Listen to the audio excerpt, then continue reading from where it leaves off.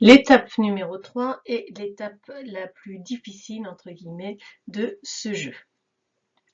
Alors, dans cette étape, nous allons avoir quelque chose d'important à faire, c'est-à-dire calculer le résultat de l'activité de l'entreprise. Reprenons.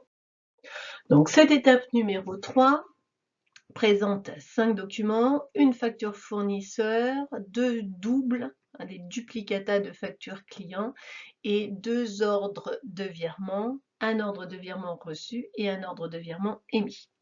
Donc cette étape numéro 3 est difficile, on va donc la décomposer en 2 parties.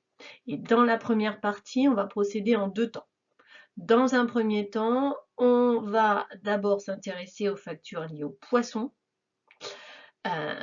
traduire cela sur le tableau de visualisation et aussi sur le petit tableau à compléter. Et puis ensuite, on s'occupera des documents relatifs à la taxe portuaire et on complétera le tableau.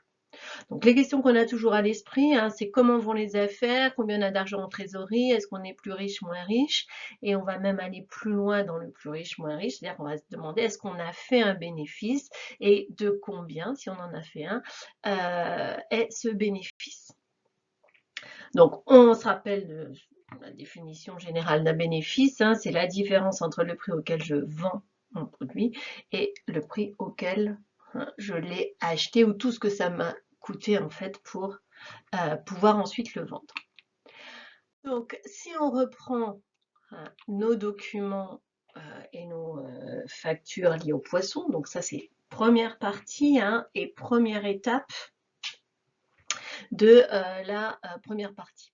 Donc on a une facture de vente où le mode de règlement s'effectue à crédit. Donc on sait bien lire maintenant une facture en haut à gauche, c'est le fournisseur, donc c'est bien une facture de vente, puisque notre nom figure en haut à gauche. Et nous vendons au restaurant le Cri du Sushi, donc 2 bacs de dorade. On conserve un double de ce document, c'est pour ça qu'ici il y a un tampon double. C'est souvent écrit duplicata, c'est la même chose, hein, et je conserve un exemplaire comme preuve comptable de cet acte de vente.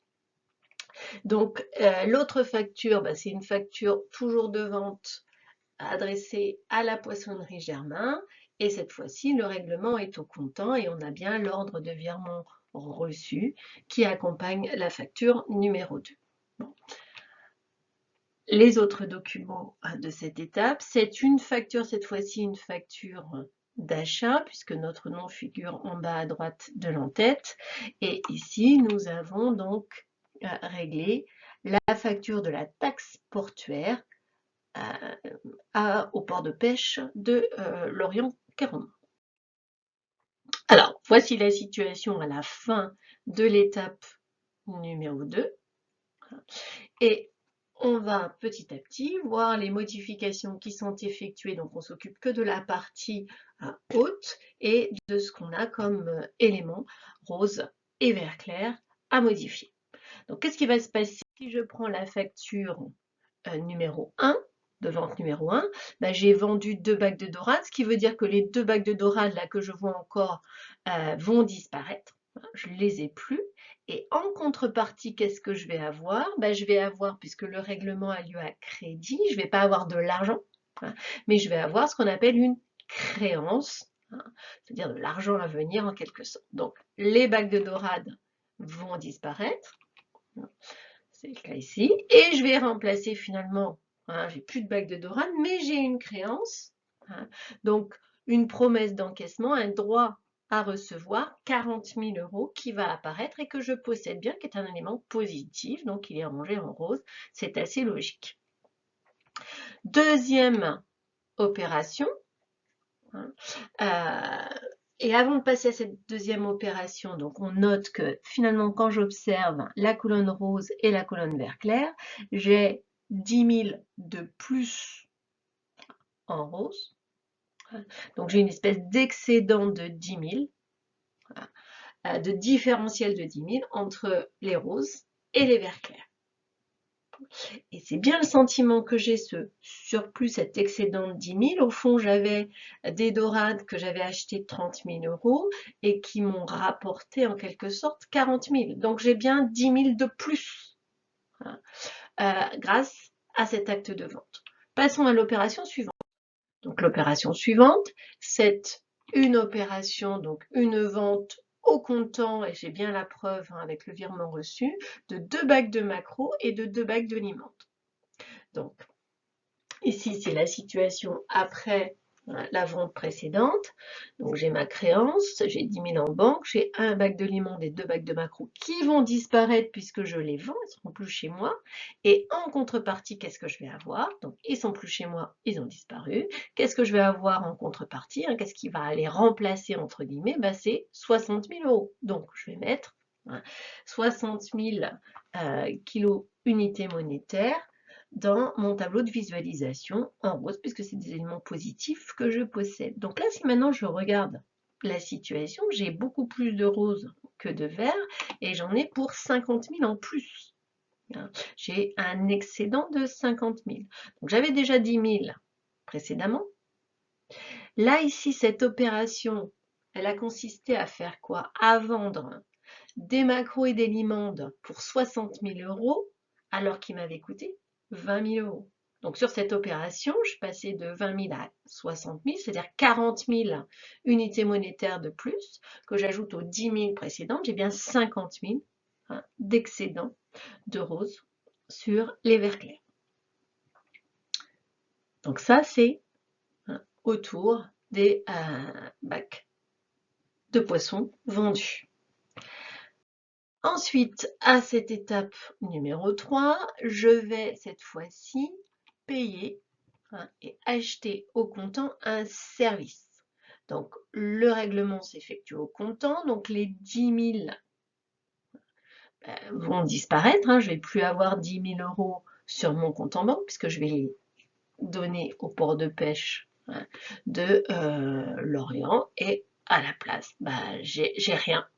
Puisque finalement je n'ai plus rien, j'ai donné les 10 000. Alors j'ai reçu évidemment un service de la part du port de pêche, un nettoyage des environs, etc. Mais n'empêche que ce que je possède, je ne possède plus les 10 000 euros et j'ai rien en contrepartie de manière visible.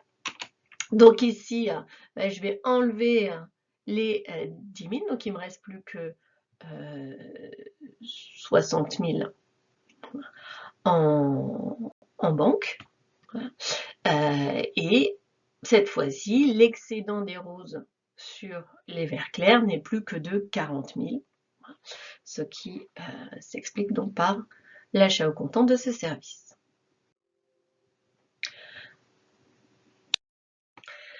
Comment va notre entreprise? Comment se porte-t-elle?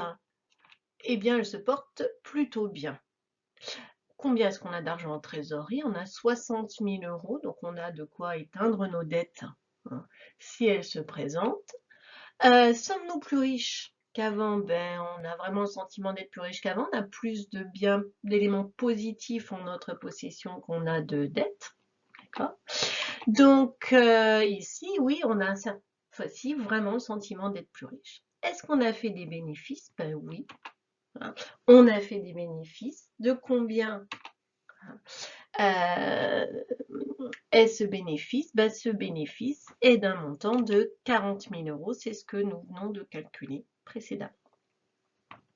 On va ensuite passer à la deuxième partie de cette étape 3. Puisque finalement, si on regarde ce qu'on a fait, on a effectivement constaté un enrichissement de notre entreprise. Là, j'ai encore à l'esprit les causes de cet enrichissement. J'ai vendu du poisson que j'avais acheté, etc. J'ai